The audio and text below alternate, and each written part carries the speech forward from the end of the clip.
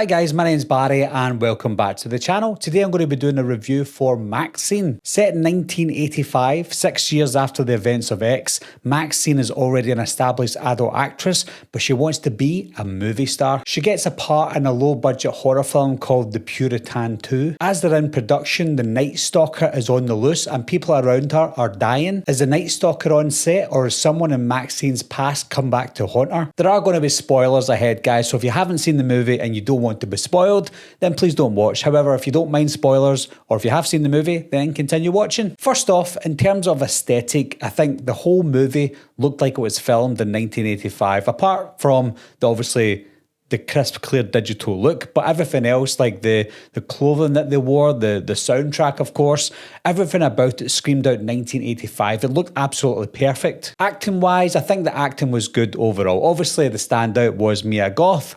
I am glad that they didn't do the overindulgent acting that she done for Peril. As much as I liked her acting in Peril and she was fantastic, I think they overindulged in her quality in Peril. If that's a bad thing, I don't know. If it's a good thing, I don't know. But for me, it was a little bit too much in Peril. It felt like she overacted in that film. However, they pulled it in for MaXXXine. For me, that's a good thing. For some other people, maybe you were expecting even better than what she'd done in Peril, but for me it was the opposite. I preferred her to tone it down a little bit, and she certainly did. Apart from Mia Goth, nobody else really stood out because everybody had a bit part role to play in the film, but one person that was quite a bit of a standout was Kevin Bacon. I wasn't expecting Kevin Bacon to be in the film as much as he was, but he was probably the more standout person out of the rest of them. He played a private detective hired by the killer to follow MaXXXine. But why? Well, in the finale, we find out that the killer is none other than MaXXXine's father.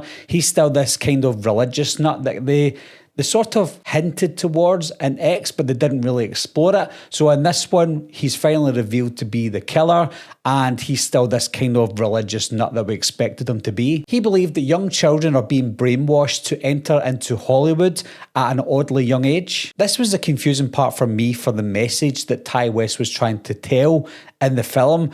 Is he trying to say that what her father is doing is right or wrong? I'm quite confused by this because the message is young people are going to Hollywood too young and they're being brainwashed, which I'm sure if you're a father or a mother, and your kid's going into Hollywood at a young age and they're coming out addicts, like drug addicts, or something really horrible has happened to them at a young age, which we've seen in the news has happened from time to time or time and time again. It has happened. So the message there seems quite realistic, but Ti West has portrayed her father as being a nut job. So is what he's saying is anyone who tries to protect their kids from Hollywood are the nut jobs? I'm not quite sure how that works. I liked how they showed behind the scenes of the Hollywood sets. I think for anyone who doesn't know what a Hollywood set looks like or what is involved in making a movie, it's quite cool to see the behind the scenes shots where you see them driving around in a little golf caddies, or when she's getting chased by Kevin Bacon. You see them running in and out the sets, even go onto the Psycho set, knowing that it's not a house, it's just a set at the front and just nothing at the back. So when you see stuff like that for the very first time, it's quite cool to see.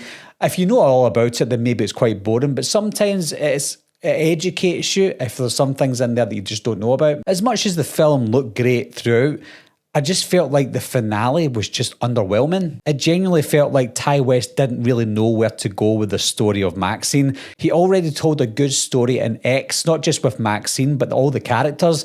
And then he explored one of the characters a little bit further in Peril for the prequel in Peril. But I think fans were wanting to see more of Mia Goth, and he thought, let's do it then. Let's give us a finale. Let's give us the third movie in this trilogy. And the story that he told for MaXXXine didn't really explore anything else. It was just a bit of a meh. At times, I found myself scratching my head thinking, am I missing something here? There's something I'm just not understanding. Even though I know that this is a third part in a trilogy, if somebody goes in and watches this film and not knowing that it's part of a trilogy, I think they'll be just as confused as I was. There was also no real mystery to the story. At no point did I think, or did anybody think, that the Night Stalker could be MaXXXine's father. and vice versa. We knew that the Night Stalker was somebody separate. We even saw him getting arrested at the end of the film, which again, he had no part to play in this. And then the person that was after Maxine and the rest of the girls, we knew for a fact that it was that had nothing to do with the Night Stalker, so they could have just left the Night Stalker out of this. To me, it wasn't a bad film. It was just underwhelming. It was one of my most anticipated horror movies of the year.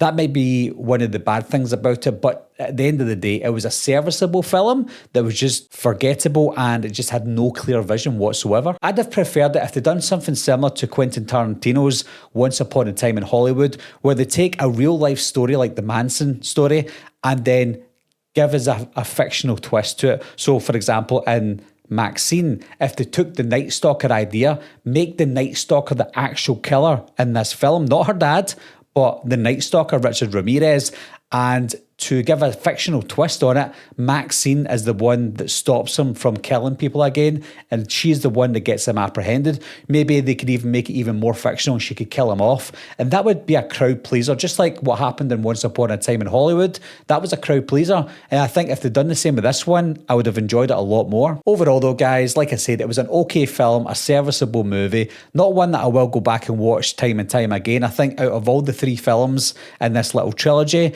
I think X is the one I would go back to more. Peril was a good acting film, but there was not much story, and it was the same with Maxine. The story was just nothing.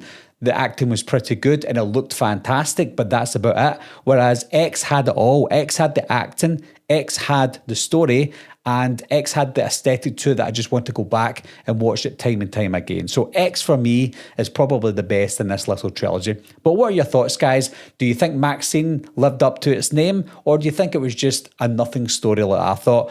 Leave your comments down below, let me know what you think, and I'll talk to you soon. Nicely done. Thank you. Be right back. What are you waiting for, huh? Coming to get you, Barbara. Ever played in the cat? Someone's in the back seat!